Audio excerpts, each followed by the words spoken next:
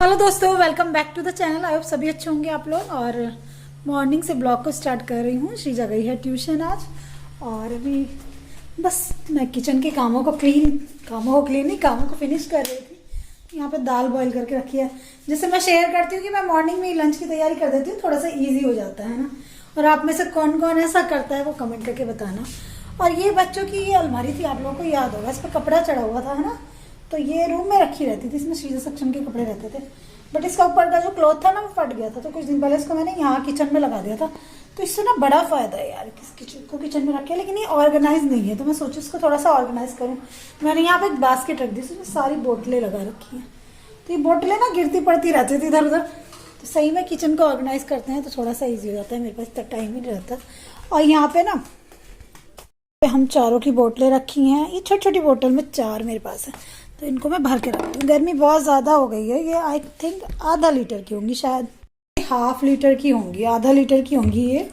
तो अगर बोतल आपके पास में भरी रखी हो ना, तो आप बार बार पानी पीते रहते हो, तो वो एक अच्छी हैबिट होती है। और नहीं रखा हो तो फिर उठ के जाओ, कभी नहीं लाओ। देखो गौरी ने अपना नाम भी लिख रखा है यहाँ पे। ये गौरी सक्षम की, पापा की और मेरी है। तो इनको फुल करके टेबल पे रख देती हूँ मैं रोज़, जिससे बच्चे पानी पीते रहें और मैं भी पीती रहूँ। तो दोस्तों गर्मियाँ आ चुकी हैं। अपने आप को गर्मी से बचाने के लिए, अपनी बॉडी को हाइड्रेट रखने के लिए पानी पीना बहुत ज़रूरी है। आप खुद तो पीते रहते हो, लेकिन अपने बच्चों को पिलाना भी बहुत ज़रूरी है, क्योंकि बच्चों को खिलाना पिलाना सबसे मुश्किल काम है। बच्चे ना ज़रूरत के हिसाब से ही काम करते हैं। हम बड़े हैं, हमें पता है हमारी बॉडी को इतना पानी चाहिए, लेकिन बच्चों को तो जब प्यास लगती है ना, जब वो खेल के आते हैं तभी पानी पीते हैं, नहीं तो पानी पीना भूल जाते हैं। इसलिए मैं तो ये ट्रिक अपनाती हूँ कि पानी की बोतल भर के बच्चों के सामने हमेशा रख देती हूँ और उनको थोड़ी थोड़ी देर बाद याद दिलाती रहती हूँ कि पानी पियो। मैं इसलिए भी ऐसा करती हूँ कि मुझे डॉक्टर ने बोला था कि बच्चों का भी आप हमेशा ध्यान रखना। मेरे हस्बैंड एक किडनी पेशेंट हैं, तो मेरे को ना हर चीज़ की कुछ ज़्यादा एक्स्ट्रा केयर रहती है। और शायद जिसकी लाइफ में कोई प्रॉब्लम हो ना, तो उसको पता होता है। कहते हैं ना, दूध का जला तो छाछ भी फूक फूक के पीता है, वो वाली कहावत मेरे ऊपर ठीक बैठती है। तो मैंने यहाँ पे चारों की बोतलें भर ली हैं। इनको मैं टेबल पे रखूँगी, जिससे कि सब लोग टाइम टाइम पे पानी पीते रहें। सच सुन लो, तुम्हारी बोतल रखी है पानी की, पानी पी लेना, ठीक है। फिनिश करनी है इसको दोपहर तक।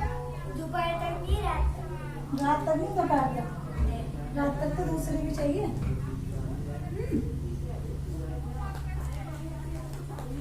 और मैंने परसों बनाए थे आलू के चिप्स, जो ना आप लोगों को बहुत ज़्यादा पसंद आए थे। मेरे को बड़ी खुशी हुई जब अच्छे अच्छे कमेंट मिले, लेकिन रियली बने भी अच्छे हैं। अच्छा एक बात है, आपको ना कुकिंग अगर करने का शौक है तो आप में परफेक्शन कुछ टाइम बाद आती है, एकदम से नहीं आती। मैंने कितनी सारी डिशेस को ट्राई किया, कई बार मेरी डिशेस ख़राब भी हुई, मैंने उनसे कुछ ना कुछ सीखा। अच्छा इंसान अपने आप से ही सीखता है। आप ना किसी चीज़ को आइडिया लेके बनाते हो, लेकिन उसमें जो कमियाँ होती हैं उससे आप खुद ही सीखते हो। तो मैंने इस तरह से बहुत सारी चीज़ें सीखी हैं दोस्तों। और जो भी लेडी हाउसवाइफ जिनको ये काम करने पसंद है ना, वो समझ सकती हैं। कहते हैं ना, experience makes a man perfect. Experience की प्रैक्टिस, दोनों ही चीज़ है ना। तो प्रैक्टिस आप करते रहो किसी चीज़ की, आप उस किसी चीज़ को दोहराते रहो, तो आप उसमें अपने आप परफेक्ट हो जाते हो। आपको फिर इतनी मतलब कोई चीज़ आप ट्राई करते हो। अभी हमने कोई नई रेसिपी बनाई है ना, और उसमें हमें एक मतलब आइडिया चाहिए होता है किस तरह से प्रिपेयर होती है। कबाड़ी जा रहा है।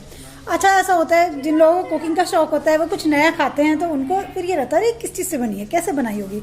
तो कभी कभी ट्राई करते हैं। मैंने बहुत सारी चीज़ें ट्राई की हैं, मतलब मेरे को ये खुद ही याद नहीं कि मैंने आज तक कितनी रेसिपीज़ बनाई होंगी। तो मेरे को शौक है, करती रहती हूँ। तो इनको धूप में डाल देती हूँ। देखो कितनी धूप आ रही है मेरे घर में इस टाइम पे, एकदम कड़क धूप। और ये जो मैंने आलू के चिप्स बनाए हैं, इनको मैं 3 दिन की धूप तो हमेशा लगाती ही लगाती हूँ। तो आज 3rd डे है, 2 दिन पहले धूप लगा चुकी हूँ। तो आज लास्ट डे धूप लगा के इसको स्टोर करके रख दूँगी। 3 दिन की कड़क धूप में ये बिल्कुल पक्के बढ़िया हो जाते हैं।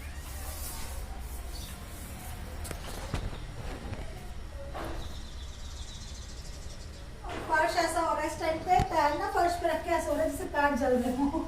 इतनी तेज धूप हो रही है बिल्कुल। इतना पापड़ का टुकड़ा क्या हाल होगा। आप कुछ भी काम करो, मेहनत तो लगती है, लेकिन उसका रिजल्ट और उसका फल आपको जब वो हो जाता है तब मिलता है। अब मेरे पास ये चिप्स रखे हैं, बच्चों को कभी कभी इवनिंग में भूख लगती है तो थोड़े से फ्राई करके दे दो। बाहर के चिप्स वैसे भी नुकसान करते हैं।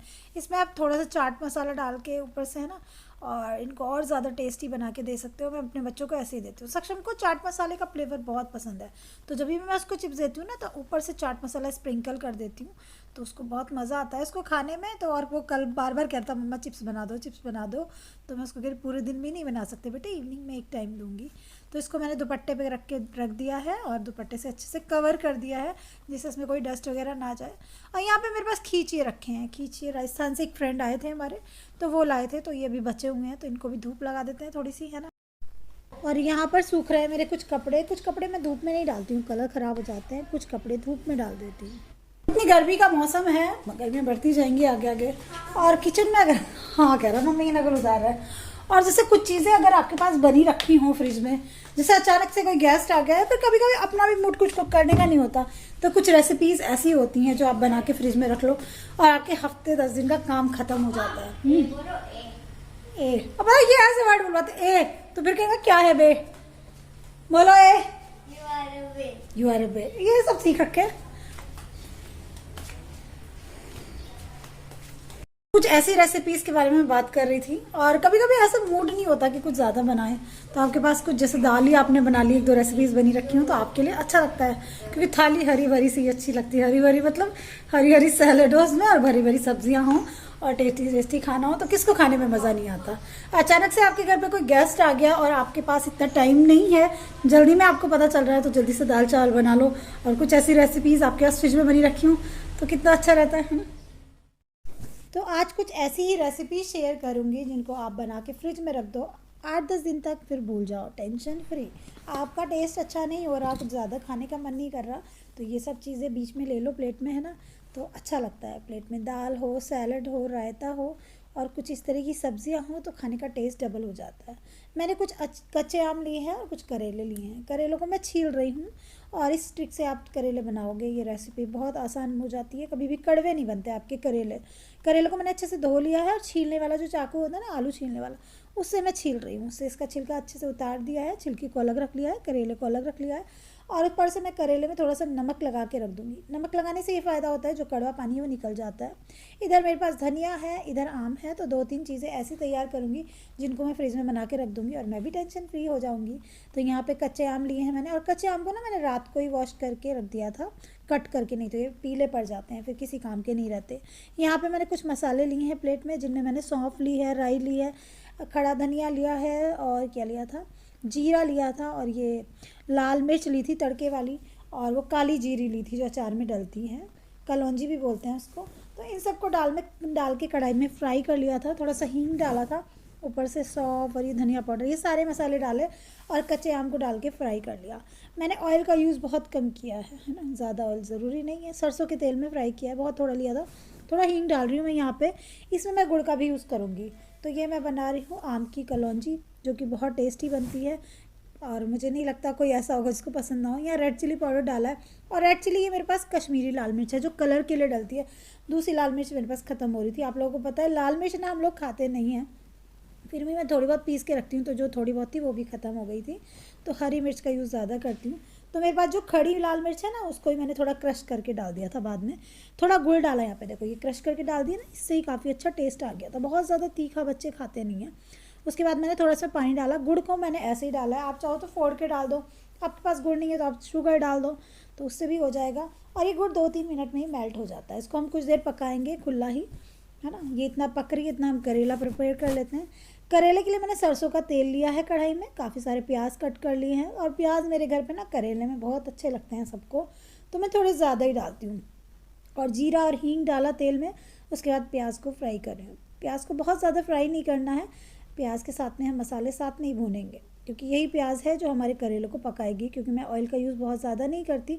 तो मैंने प्याज में हल्दी डाला, सौंफ डाला है 1 चम्मच भर के, सौंफ का टेस्ट बहुत अच्छा आता है। धनिया पाउडर डाला है कुटा हुआ दरदरा, उसके बाद में नमक डाला है। दूसरी साइड में अपनी आम की सब्ज़ी देख लेती हूँ कैसी हो रही है। ये बहुत ही टेस्टी बनती है, स्वादिष्ट। जो मसाले इसमें खड़े हैं ना, उनका स्वाद बहुत अच्छा आता है। इसको हम कुछ देर पकाएंगे जब तक कि आम गल नहीं जाते। दूसरी तरफ मेरी प्याज फ्राई हो रही है। तो मैं हमेशा किचन में इस तरह से मल्टीटास्किंग करती हूँ, एक रेसिपी के लिए कभी नहीं खड़ी होती, 2-3 एक साथ बनाती हूँ, मुझे वीडियो में भी आसानी होती है। तो यहाँ पे मेरा जो करेला मैंने नमक लगा के रखा था वो निचोड़ने लायक हो गया है, पानी छोड़ने लग गया है। तो पानी छोड़ने लग गया है मतलब उसमें से जो कड़वा पानी है वो निकलने लग गया है।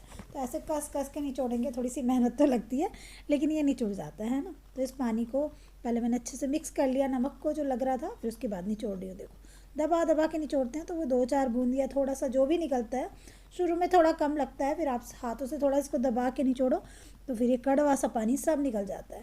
इस तरह से आप करेले बनाओगे कभी कड़वे नहीं लगेंगे ना। आपको उबालना है क्योंकि पानी में उबाल के ना न्यूट्रिशन ख़त्म हो जाते हैं करेले के। करेला बहुत अच्छा होता है हमारी हेल्थ के लिए, हमारे ब्लड को क्लीन करता है, इम्यूनिटी को बढ़ाता है, बहुत सारी चीज़ें अच्छी होती हैं इसके अंदर। और हम वही बॉईल करके निकाल दें तो क्या फ़ायदा है उसका, है ना। तो बस यहाँ पे मैं इसको निचोड़ रही हूँ अच्छे से, जोर लगा लगा के हाथों से। आपको भी ऐसे ही निचोड़ लेना है दोस्तों, है ना। और लास्ट वाली में तो बहुत ही पानी निकलता है क्योंकि वो एक साथ इकट्ठा हो गया होता है। तो इस तरह से मैं निचोड़ के साफ़ करेले को अलग कर लेती हूँ। अच्छा, एक करेला गुड़ के साथ भी बनाते हैं जो मैंने राजस्थान में देखी थी रेसिपी, बट कभी वो ट्राई नहीं करा। आप लोग भी बनाते हो तो गुड़ के साथ में करेला वो मीठा बनाते हैं, पता नहीं कैसे। तो ज़रूर आप लोग बताना मेरे को, ट्राई करूँगी मैं। चाहे तो आप उस रेसिपी को मेरी इंस्टाग्राम पे वीडियो बना के शेयर कर सकते हो। मैं अपने वीडियो में इसको शेयर करने की कोशिश करूँगी, तो प्लीज़ मुझे बताना आप लोग। तो निचोड़ने के बाद में मैंने इस करेले को डाल दिया है कढ़ाई में प्याज के साथ में। इसको भून लेंगे अच्छे से। भूनने से ये फ़ायदा होगा, थोड़ा करारा सा हो जाएगा और बहुत जल्दी गल जाता है, बहुत ज़्यादा टाइम नहीं लेता। और ये सारे काम मैंने किए मॉर्निंग में। तो मॉर्निंग में मैं इस तरह की चीज़ें निपटा के रख देती हूँ।